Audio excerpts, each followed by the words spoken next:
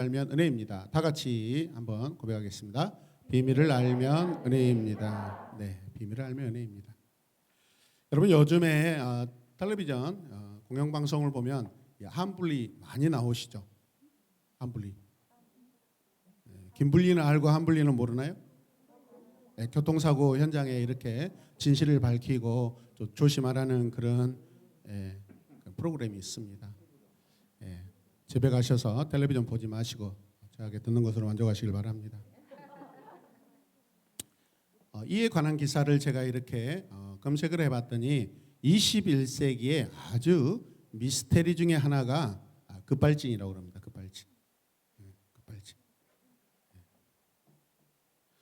그런데 여러분 이 사건은 결코 좋은 소식이 아니죠. 도저히 대부분 많은 분들이 이 급발진으로 인하여서 많은 손해를 또 입게 되고 또 생명까지 잃는 그런 일들이 발발하게 되는데 대부분 이 전자칩은 우리 사용자들을 위한 것이 아니라 기업을 위해서 만들어졌다고 할 정도로 대단히 오해가 많더라고요. 이런 미스테리는 사실은 굉장히 안타깝고 좋지 않고 그런 미스테리입니다. 자, 그러나 오늘 성경 본문에서 소개하는 또 다른 미스테리, 신비한 비밀을 소개하고 있습니다. 어떤 비밀일까요, 여러분? 오늘에 등장하는 이 미스테리라는 것은 원어로 미스테리온이라고 하는데 신비, 비밀이라는 그런 의미를 가지고 있습니다. 바울이 소개하고 싶은 이 미스테리는 알 수 없는 것이 아니고 하나님께서 손에 쥐고 계시는 비밀을 말합니다. 하나님께서 손을 오므렸다 쥐셨다 하십니다. 한번 해보실래요? 오므렸다 쥐었다. 예. 반대로 하고 있죠 지금. 반대로 해보겠습니다. 폈다 쥐었다, 쥐었다 폈다. 예. 쥐락 펴락, 쥐락 펴락, 펴락 쥐락 펴락 쥐락. 안 되시는 분은 빨리 병원에 가보시길 바랍니다. 여러분 손을 오므리시면 손바닥 가운데 있는 것이 보여요? 안 보여요? 안 보여요? 제가 여기에다 뭘 표기해 놨는데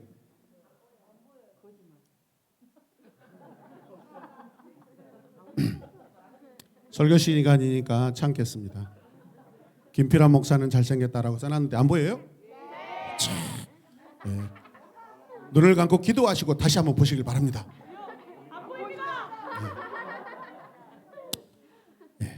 상당히 정직하신 분들이 모여 앉아 계십니다. 여러분 하나님의 이 손바닥을 오므리면 보이지 않고 펴시면 그 안에 있는 것들이 여러분 알려지게 됩니다. 그런데 권사님 설교 들으시게 이제 그만하시고 하나님께서 여러분 아무에게나 가지고 계시는 비밀을 보여주시지 않는다라는 거예요. 여러분 이해하십니까? 그럼에도 불구하고 그리스도의 비밀을 우리는 믿고 있는가? 함께 고백합시다. 그리스도의 비밀을 믿고 있는가? 오늘 본문 3장 1절 전반절 말씀을 보면 그러므로 이방 사람 여러분을 위하여라고 되어 있습니다. 오늘도 바울은 에베소 성도들에게 자기 소개서를 쓰고 있습니다. 자기가 누구인지 여러분 지금 알리고 있습니다. 바울이 자신을 소개하는데 에베소 성도들을 위해 사는 사람이라고 자기 자신을 소개하고 있습니다. 여러분 누군가를 위해서 사는 사람들이 되시길 바랍니다. 남의 것 쪽쪽 빨아먹지 마시고 가지고 있는 거 다 뱉어내시길 바랍니다. 아멘 소리가 적어지는데 굉장히 섭섭합니다. 여러분 위하여라는 것은 근본적으로 무슨 의미죠? 그리스도를 대신하여 그리스도의 이름으로 누가? 바울 사도가 나 바울이 그렇게 고백하고 있습니다. 바울의 사역의 목적과 방향, 초점을 알 수 있는 그러한 말씀입니다. 우리도 이와 같이 되기를 주님의 이름으로 축복합니다. 자, 1절 후반절 말씀을 또 보시면 바울이 자기 자신을 어떻게 소개하고 있어요? 갇힌 몸이 된 나 바울이 말합니다. 1절 말씀을 보면 바울이 지금 어느 곳에 있는 것 같아요? 감옥에 갇혀 있다라고 말하고 있습니다. 그렇다면 그는 죄수의 몸입니다. 죄수의 신분입니다. 또 그 다음에 말씀을 보면 그리스도 예수의 일로라고 원인을 말씀하고 있습니다. 고백하고 있습니다. 바울이 왜 감옥에 갇혀 있냐 이 말이죠. 나 바울이 왜 갇혀 있어요? 그리스도 예수의 일로. 할렐루야. 그리스도 예수의 일로 여러분 감옥 가시길 바랍니다. 더 아멘이 적어지고 있어요. 요즘에 예수 믿는다고 막 감옥에 집어넣고 예수 믿으세요라고 그렇게 외치다가 여러분 구속되는 일이 거의 없죠, 여러분. 예수 그리스도의 일로 여러분 오해받아도 괜찮습니다.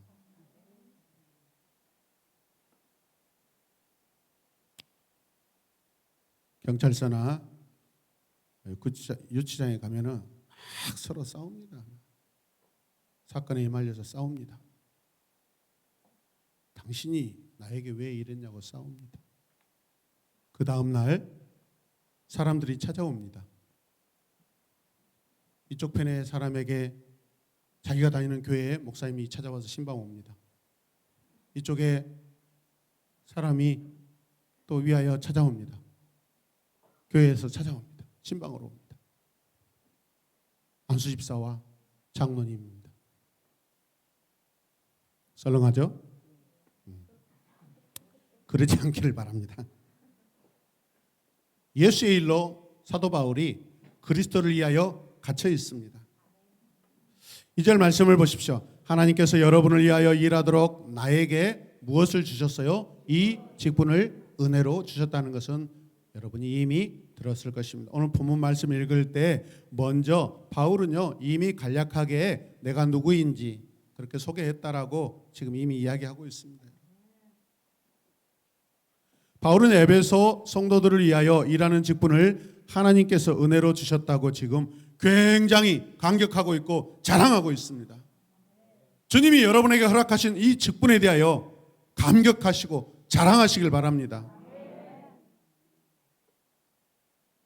그 감격을 어디서 느낄 수 있어요? 하나님께서 일하도록 은혜를 주셨다라고 고백하고 있습니다. 혹시 여러분은 바울처럼 하나님의 일을 하는 것을 감사하고 있습니까? 우리가 하나님의 일을 하지 않는다면 무슨 일을 하고 있을까요? 자신을 위해 아마도 죄를 짓고 열심히 있을 줄로 여러분 예상이 됩니다. 오늘 이 시간 저 무등산으로 조기 축구회로 여러 가지 취미 활동으로 자기 자신을 위해서 사는 것입니다. 하나님 없이 자기 자신을 위해서 사는 것은 죄입니다, 여러분. 적극적인 죄를 짓고 살고 있지 않겠어요, 여러분? 하나님의 은혜로 바울이 말한 것처럼 저와 여러분들이 이곳에 있는 것이 큰 은혜인 줄로 믿으시길 바랍니다.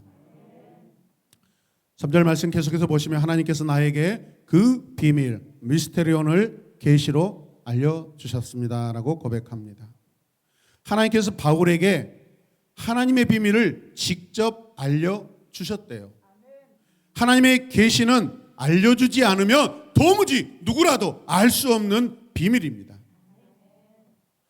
우리는 소중한 것이 있으면 깊은 곳에 숨겨두는 것이 일상사입니다. 다른 사람이 보지 못하도록 그렇게 숨겨둡니다. 저는 그 청년이 저 몰래 그렇게 많은 음악 장비를 살 줄은 몰랐습니다. 큰 도둑이었죠, 여러분. 그런데 그 회개하고 하나님 앞에 은혜로 결단하는 모습이 더 멋집니다. 우리 누구나 실수하고 제 가운데 살 수 있는데 중요한 것은 회개하고 돌아오는 것이 더 중요한 줄로 믿습니다.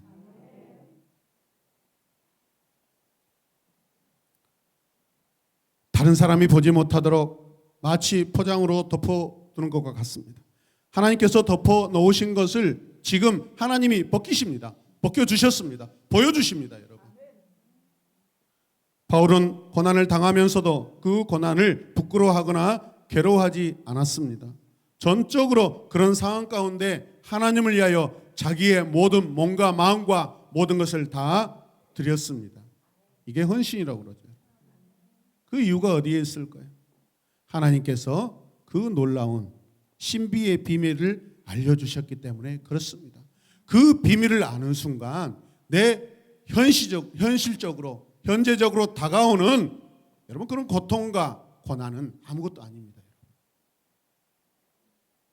오늘 주님이 여러분 앞에 나와 계시다고 생각해 보세요. 얼마나 영광스럽고 세상의 모든 것들은 다 뒤로 하고 주님만 따르겠습니다라고 얼마나 결단할까요? 얼마나 영광스럽고 감사할까요? 저 영원한 하나님 나라 가서 배울 수 있고 어쩌면 주님이 우리가 살아있는 동안 재림하셔서 오시면 볼 수도 있으련만 그거는 우리가 알 수 없는 일이고 하나님의 비밀이 사도 바울에게 여러분 알려져서 그것을 알게 되었을 때 그 감격은 여러분 바울의 생명보다 더 존귀한 것입니다. 믿으십니까? 또 3절 말씀을 보시면 그것은 내가 이미 간략하게 적은 바와 같습니다. 여러분 계속해서 사도 바울이 자기를 소개하고 자기가 당한 일, 자기가 가지고 있는 일, 하나님의 은혜, 주님의 감사를 자꾸자꾸 설명하고 반복하는 것은 그 마음에 기쁨이 있다 없다? 있다라는 거예요. 좋은 것은 계속해서 소개하는 거예요. 좋은 것이 있다면 계속해서 여러분 자랑하는 거예요. 여러분 어린아이들 보세요. 여러분 집에서 자기가 좋게 생각하는 거 자꾸 엄마한테 자랑합니다. 자꾸 자랑합니다. 그거 사실 엄마가 사준 것인데 좋으니까. 반복이라는 것은 사도 바울의 오늘 입장에 보면은 즐거워서 기뻐서 감사해서 감격해서 계속해서 여러분 그가 고백하고 있는 거예요. 여러분 그 비밀을 뭐라고 그러냐면 그리스도의 비밀이라고 말합니다. 그러면 바울이 하나님의 계시를 통해 알게 되었고 또 깨달은 그리스도의 비밀은 무엇일까요? 하나님 나라의 시작과 하나님 나라를 세워가는 일인 줄로 믿으시길 바랍니다. 이 일은 어떻게 시작하는 거죠? 그리스도를 통해서. 하나님은 바울에게 그리스도에 관한 비밀을 알려주셨다고 하잖아요. 그리스도를 통해 세워가고 완성되어가는 하나님 나라, 그 하나님 나라에 자기가 백성이 되고 그 하나님 나라에 살고 있다는 것에 감사하고 감격해서 지금 이방 에베소 교회 성도들에게 지금 자랑하고 있잖아요. 계속해서 소개하고 있잖아요. 반복되게 소개하고 있잖아요. 복음은요 수천만 번 그 이상의 횟수로 전해도 여러분 실증이 없이 즐겁고 즐거운 줄로 믿으시길 바랍니다. 목사인 저도 예수에 관한 이야기 설교를 하면 가장 은혜가 충만합니다.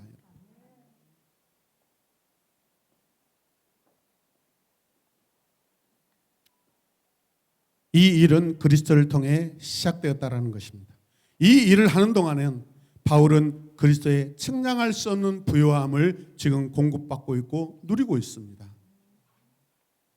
그러면 오늘 우리는 어떠한가요? 여러분은 그리스도의 비밀을 가졌습니까? 밝히 깨닫고 있습니까? 하나님의 비밀에 대한 여러분의 태도는 어떻습니까? 신실합니까? 부실합니까? 온갖 갈등과 불화와 전쟁으로 가득 찬 세상을 바라보면 그리스도의 비밀이 비현실적인 것처럼 느껴질 수 있습니다.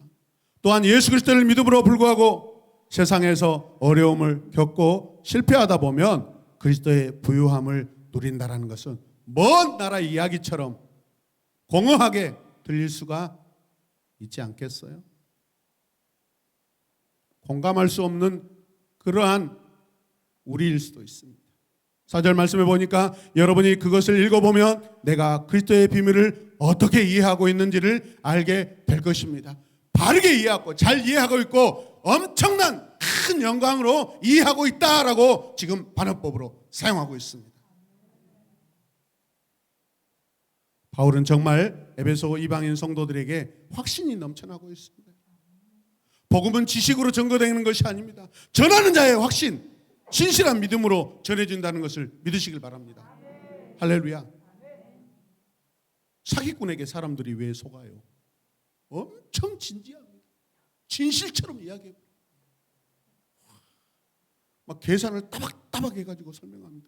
들어보니까 그러네. 진짜 맞네, 맞는 것 같다, 진실처럼 느껴져요. 왜? 전하는 자가 그런 태도를 하니까. 우리는 이 세상에서 가장 값진 진실을 가지고 있습니다. 무엇보다도 확실하게, 신실하게 증거할 수 있는 그 비밀을 우리가 가지고 있습니다. 할렐루야.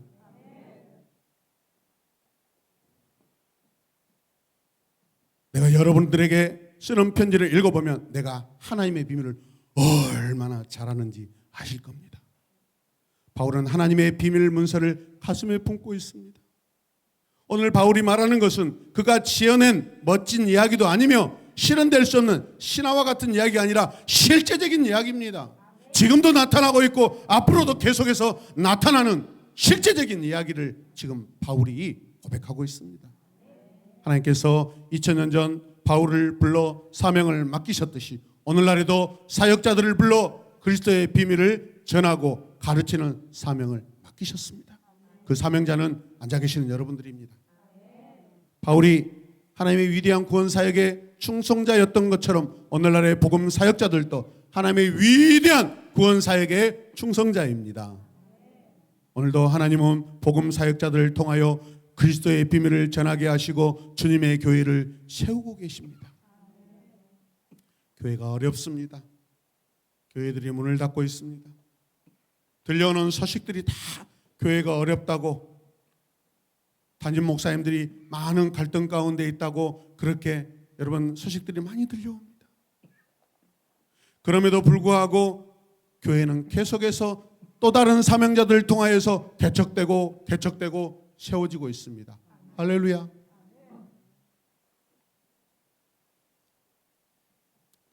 저와 여러분들이 이 일을 맡은 주인공들입니다. 그런데 여러분, 이 비밀은 처음부터 알려진 일이었을까요? 이 비밀은 어떻게 에베소 성도에게 전해졌을까요? 5절 말씀 함께 읽을까요? 시작. 지나간 세대, 다른 세대에서는 하나님께서 그 비밀을 사람의 아들들에게 알려주지 아니하셨는데, 누구에게 알려주지 않으셨어요? 다른 사람의 아들들에게. 다른 세대, 지나온 시대, 사람의 아들들에게 알려주지 아니하셨는데, 사람의 아들들은 지금 유대, 이스라엘의 아들들과 대조되는 사람들입니다. 이방인을 말하는 것입니다. 이스라엘이 아니라면 누구겠어요? 이방인들이죠. 사람의 아들들에게 하나님의 비밀을 알려주시지 않으셨다라는 것입니다. 이방인이었던 에베소 성도들은 감히 이 비밀을 알 수 없었다라는 것입니다. 왜죠? 하나님의 비밀을 그들에게 알려주시기 않기 때문에 그렇습니다. 그래서 도무지 알 수 없는 거예요. 그 숨겨지고 덮여있던 하나님의 비밀이 지금 에베소 성도들에게 도착해 있습니다. 선물입니다. 영광입니다. 구약시대, A시대에는 하나님께 선택받지 않는 민족이나 개인이 구원받기는 참으로 어렵습니다. 5절 말씀을 또 보셔요. 그런데 지금은 어떻게 해요? 그분의 거룩한 누구와? 사도들과 또 누구와? 예언자들에게 성령으로 계시하여 주셨습니다. 이 비밀이 어떻게 에베소 성도들에게 왔다고 하죠? 바울과 같은 사도들과 하나님의 말씀을 맡은 신실한 하나님의 말씀을 증거하는 예언자들을 통해 성령으로 알려주셨대요. 하나님의 비밀을 전한다는 것은 먼저 그 비밀을 깨달은 자여야 합니다. 비밀을 알아야 그 비밀을 전할 수 있습니다. 비밀도 알지 못하고 전한다는 것은 그건 사기꾼이죠. 가짜죠. 여러분, 사꾼 목자죠. 누구예요? 신천지 이만희, 개만희, 개천지 같은 집단들이죠. 하나님의 교회 다 이런 자들, 예수의 이름을 팔아먹고 하나님의 이름을 그럴싸하게 그 안에다 자기들의 어떤 논리에다가 규칙에다 포함시켜 놔가지고 마치 자기들이 하나님을 믿는 것처럼 하지만 다 거짓말입니다. 여러분, 사람이 어떻게 살아요? 어떤 목사님이 시골에서 목회하는데, 아니 세상에 80 넘은 할머니 두 분이 신천지 홍보물을 가지고 전달하고 다니더래요. 그래서 이 목사님이 뭐라고 하냐, 할머니 이만희 죽습니다. 이만희 죽어요 안 죽어요? 안 죽은데요. 안 죽어요. 우리 목자 안 죽어요. 그래요. 할머니 지금 연세가 어떻게 되세요? 85이요. 와. 할머니 죽어요 안 죽어요? 아무 말도 안 하시더라고요. 이만희 사람이에요. 이만희 영생하지 않아요. 아마 그가 죽으면 그 죽음을 숨길 수도 있어요. 거짓말쟁이들이니까. 사람은 다 죽습니다.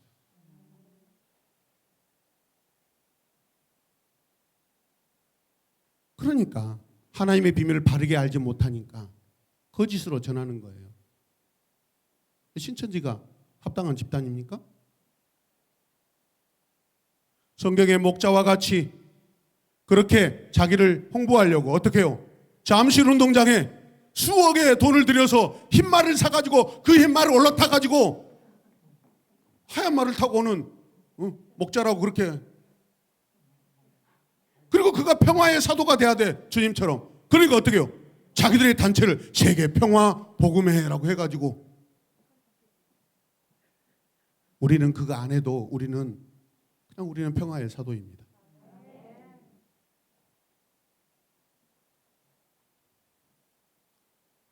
비싼 한 10억 주고 13억 주고 흰말 사지 말고 건축원금 하시길 바랍니다.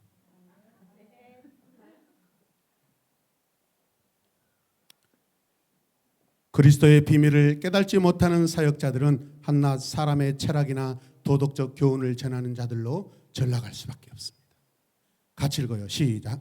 그리스도의 비밀을 깨닫지 못하는 사역자들은 한낱 사람의 철학이나 도덕적 교훈을 전하는 자들로 전락할 수밖에 없습니다. 네, 고도로 발달된 이 집단 의식 그런 조직을 여러분 세워서 거기에 퍼포먼스를 하고 그 뭐죠? 카드 섹션 같은 거 이렇게 해가지고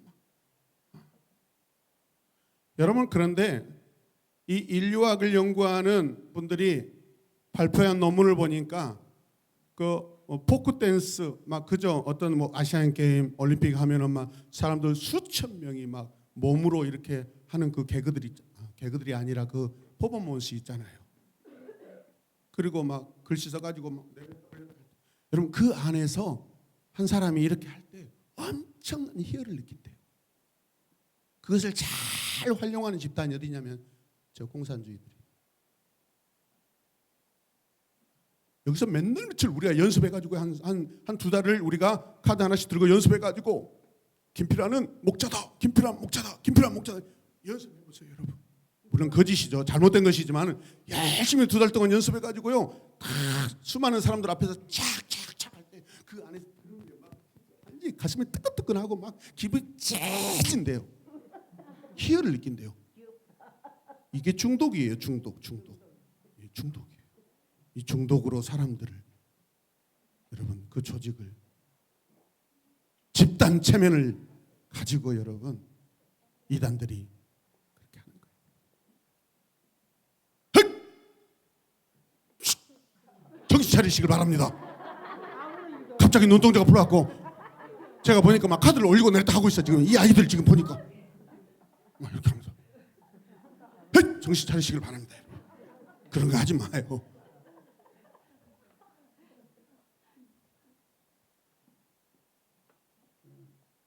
여러분, 그런 사람들은 하나님의 위대한 구원 사역에 전혀 쓸모가 없습니다. 복음 사역자로 부름을 받은 사람은 그런 짓 안 합니다.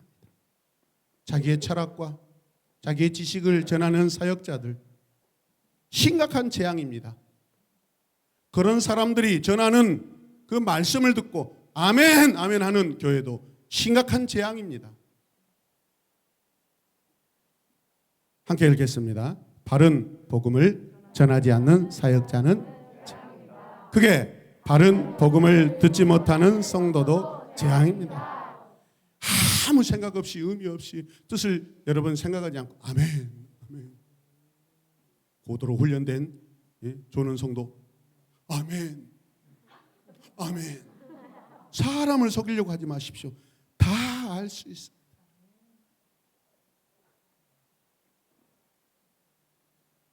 최근에 교회가 국가재앙으로 재앙 취급을 받고 있습니다. 코로나19가 한참일 때 초등학생들도 교회를 아주 폄훼하고 교회를 피했습니다. 최근에 한 목사가 나라의 재앙으로 등장하고 있습니다. 3.1절에 자기 집 창가에 일본 국기를 걸어두고 3.1운동 유관순 열사가 폭력적이었고 실제로 그 유관순 열사가 있는 사람이 맞습니까? 라고 사람들에게 그렇게 질문을 던졌다고 그래요. 그러면서 어느 날은 세종시 소녀상 앞에 철거해달라고 피켓을 들고 프랑카 들고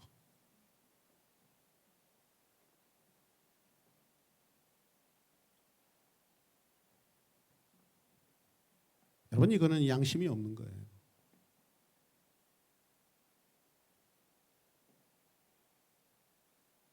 그 목사에게 복음은요 무엇일까요? 바울이 전하는 에베소 교회 바울이 전하고 있는 이 비밀을 맡은 자일까요? 아니라고 봅니다.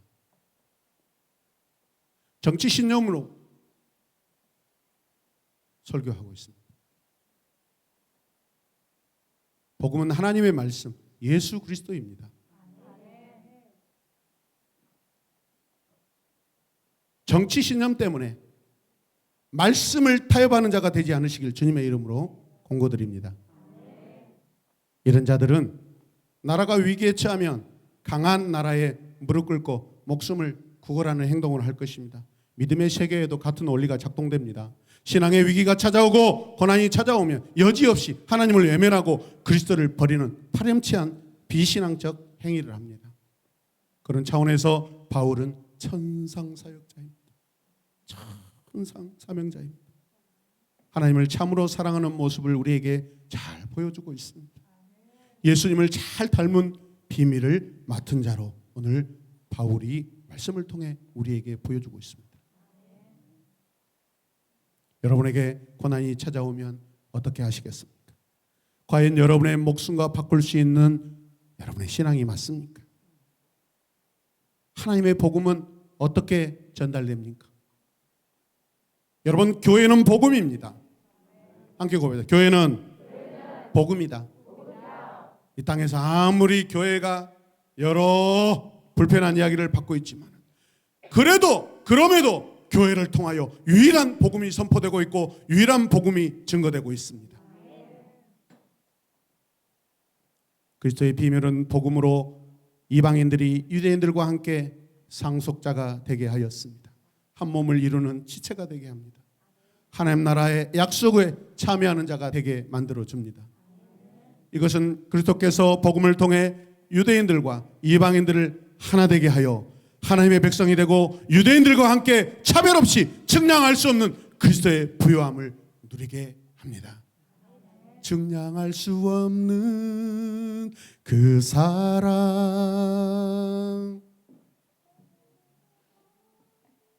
신앙은 개인이 그리스도를 믿고 새 사람이 되는 것만이 아닙니다.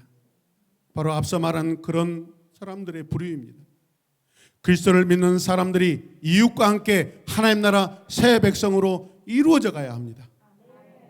에베소서 3장 6절 말씀을 함께 읽겠습니다.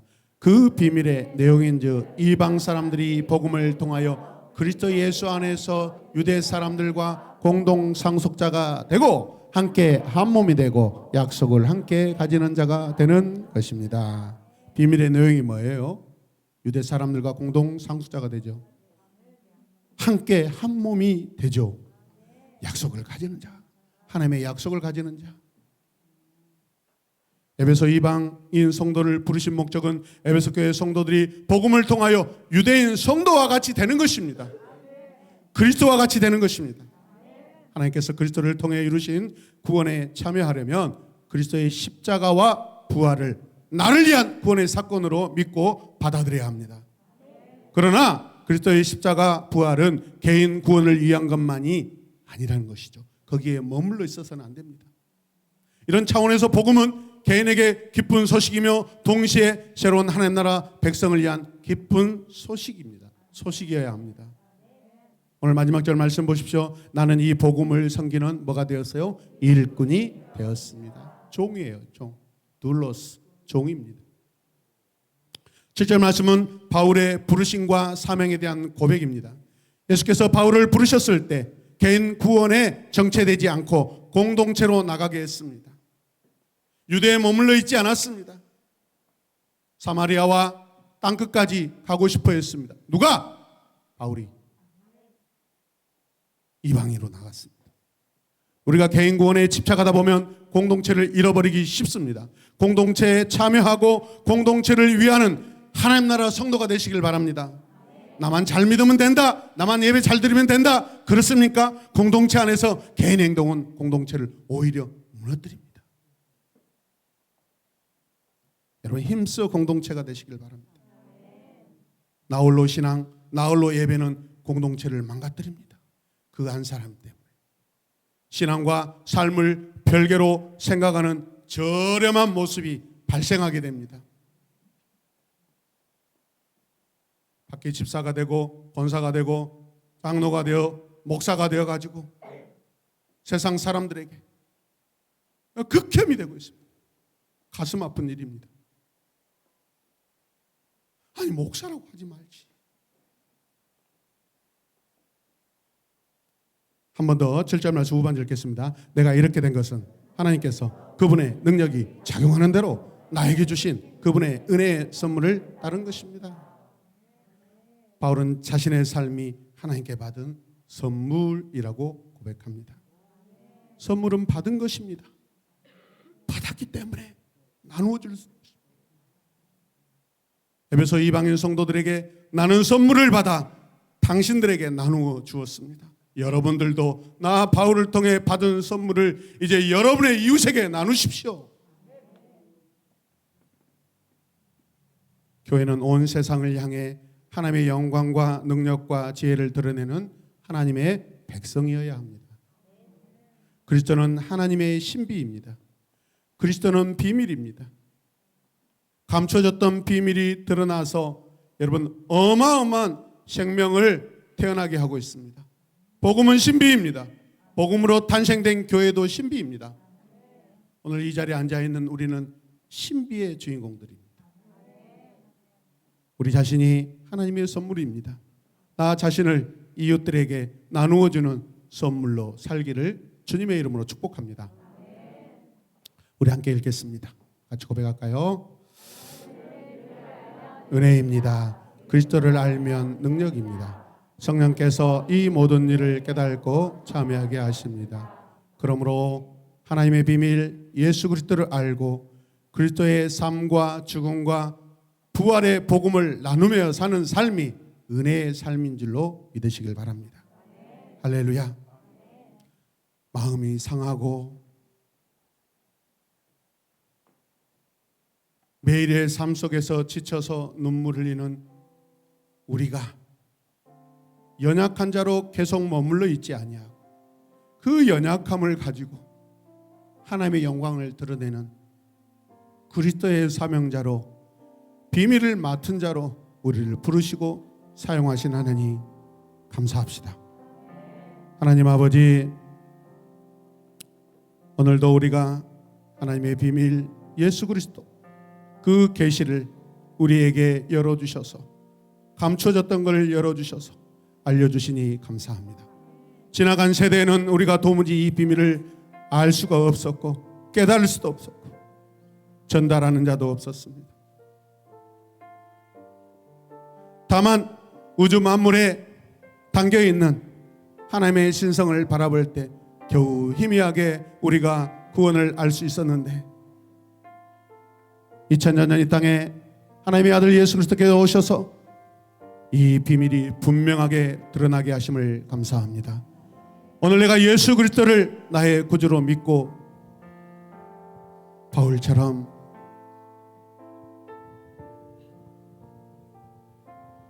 나의 이방인, 믿음의 이방인, 구원의 이방인에게 다가가 주님의 복음을 밝히 확신을 가지고 전하게 하여 주시옵소서.